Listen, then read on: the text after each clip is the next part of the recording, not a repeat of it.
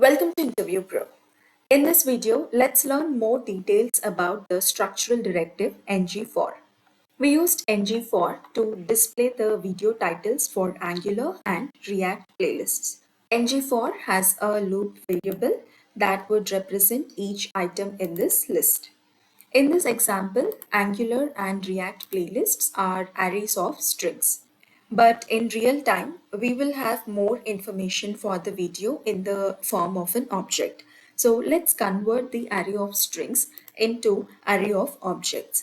Let's make the object simple by having ID and title. So I have already created another playlist. So let me comment the actual one and now let me uncomment this. So here I just made the React array empty, and in Angular I have array of objects. Each object has ID and title. Previously it was just title, now it's both ID and title. Let's save this and update the UI accordingly. Now it's not just video, it's video.title because video represents each of these objects. So if this is the object in the first iteration, then we want to display the title. So video.title would do.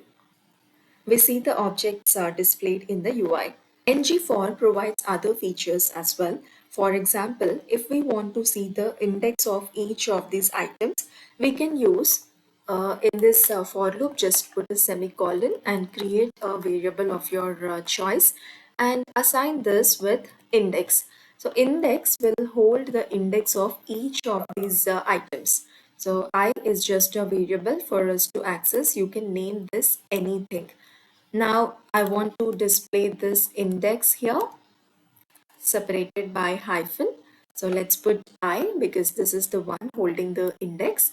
Let's go back to UI. Now we see index added to each of the video titles, but the index starts from 0.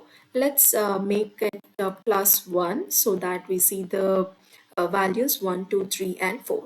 This doesn't change the original index. This would we are just changing the representation in the UI. Then we have the keywords first and last. Let's create variables. So let first or any variable assigned with the keyword first. Similarly, let last equals last. Or if you're confused with these names, then I'll just say F is F or yeah, F and L. Let's display these values as well to see what these variables hold. Now I'll say first equal to F, last equal to L. Let's save this and go back to UI. Now we see the Boolean values displayed here. Since this is the first item in the list, first is set to true and last is set to false. And for the last item, last is set to true, first is set to false. And for the other items in the list, both are false. You can use these keywords to change the style or to perform some dynamic operations. For example, I want to make the title color to yellow if it is the first video in the playlist. So let me just add a span here so that I can add styles. Using style binding, style dot, I want to change the color. So style dot color, if first equal to true, then I want it to be yellow. Otherwise, no color needs to be applied. Let's go to UI. We see an error here. It's the parse error, unterminated quote at column 19. Okay. This should be a single quote. There was no closing single quote here. We don't see the yellow color here. Let's see what went wrong. Okay, the variable that we used is F, not first. So let's update it to F. If we go to the UI, we see the first video color is yellow. The text is yellow in color. Similarly, if it is last, then we want to apply the color. Now the last item has the color. So you can perform dynamic operations based on these variables. Let me remove this for now because it was looking ugly. Okay. Similarly, we have a few other keywords as well. Those keywords are even and odd. Even is true when the index is an even number. Odd is true when the index is odd number. So let's create the variable. Let O equals odd. Let E equals even. And if we want to see the values, I'll update first and last here because we don't have those variables now. Even and odd equals O. So let's save it and go back to UI. So even and odd variables are also of type Boolean. So if the index is 0, even is true. When the index is 1, odd is true. Index 2, even is true. Index 3, odd is true. Now coming to the important part, let's say I logged into this channel. I saw 4 videos in the playlist. Meanwhile, a new video has released. Then it's good to have a refresh option to see the new releases, right? So on refresh, we make an API call and update the playlist.angular. I'll create a method refresh. I'm not going to make an API call, but I'll simply assign an object which is similar to this one. The only difference is that there would be a new video. So this dot playlist dot angular equals, let me copy paste the same array and add a new video title. So the fifth one is, let's say, interpolation. Let's create a refresh button here just beside Angular.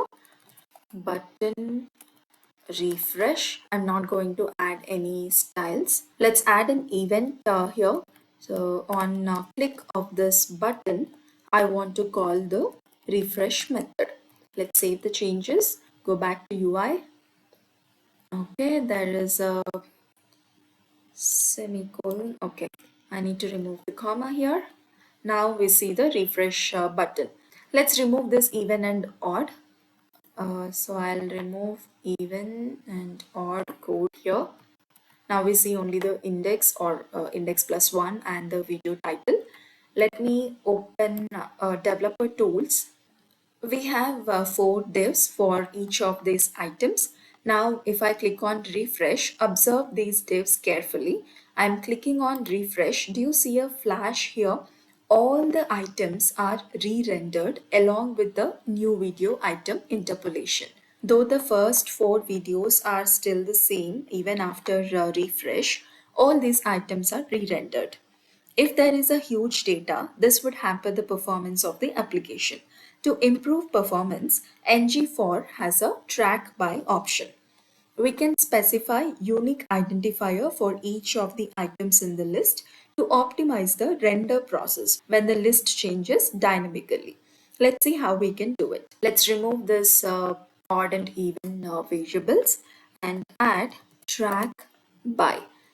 Provide a colon here followed by the method track by id. This is the method that I want to create. The reason I named track by id is, what is the unique identifier that will make this div unique is the id.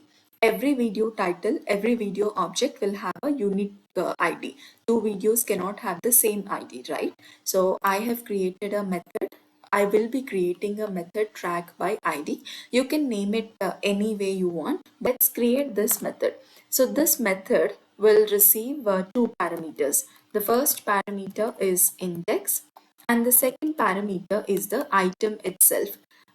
As we don't have any model created for this object, I'm just providing any as the data type for item. We are distinguishing each and every video object by the ID, right, which is number. So the return type is also a number. We'll simply return item.id. This item also you can name it as you want. For now, I used item here. So item.id will be returned. Now, if we go to HTML and save the changes, go back to UI. Let me inspect. Okay, we have nen here because we removed the index variable. Let me add it back, or we can remove it completely as well, but let it be there. Now we have 1, 2, 3, and 4. Let me inspect these items. So we have 4 divs. Now I'll click on refresh. Observe these divs carefully. I'm clicking on refresh. Now did you see only the newly added div is rendered? All the previously created DOM elements are not re-rendered because the content is same. And how does Angular know that the content is same? We mentioned that if the ID is already existing, then do not re-render it. No matter what the video title is, even if you change the video title, it doesn't care because the only property that it is using for distinguishing this div uniquely is ID. So if the ID is already present in the DOM, even after refresh, it wouldn't re-render. The fifth item was not existing, so we saw only the fifth item rendered onto the screen. These are the different options provided by ngFor directive. I hope the concept is clear. If you like the content, please like, share, and subscribe to InterviewPro. Thank you.